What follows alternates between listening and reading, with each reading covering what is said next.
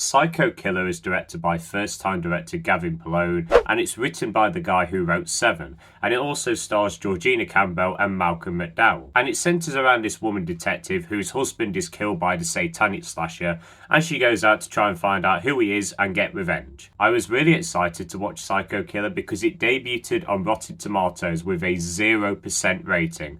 If you've watched the channel for a while, you know that I love bad horror movies. It finally just released in the UK, and yeah, it's really bad. But sadly, it's not a fun bad movie. 3/4 of this movie is just Georgina Campbell sitting in a motel room, looking through clues to find out who this killer is.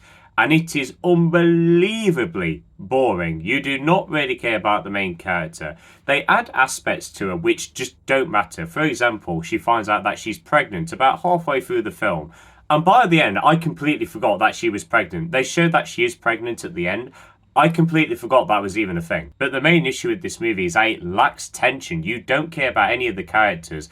And the psycho killer is just not scary whatsoever. And they modulate his voice to make him sound distorted, even though he's right there in the scene. He's not on a phone call or anything. So that was a really strange choice. And then we get to the third act, which thankfully this is where the movie started to become a fun bad movie, because something comes out of nowhere and it was so laughable. It introduces what the killer's main plan was, but nothing leading up to it implied that this was going to happen. If I am going to give this movie anything, I do think it looks okay. There are some decent bits of cinematography, and Georgina Campbell was okay. She was okay in this movie. And Malcolm McDowell, even though he's not in this movie that much, and his plot line really does not need to be in this movie, he was at least having a lot of fun. Psycho Killer is a movie that I would not suggest. It brings nothing new to the table for this genre, and overall, it's just a complete snooze fest. I'm going to give Psycho Killer a 1.5 out of 10.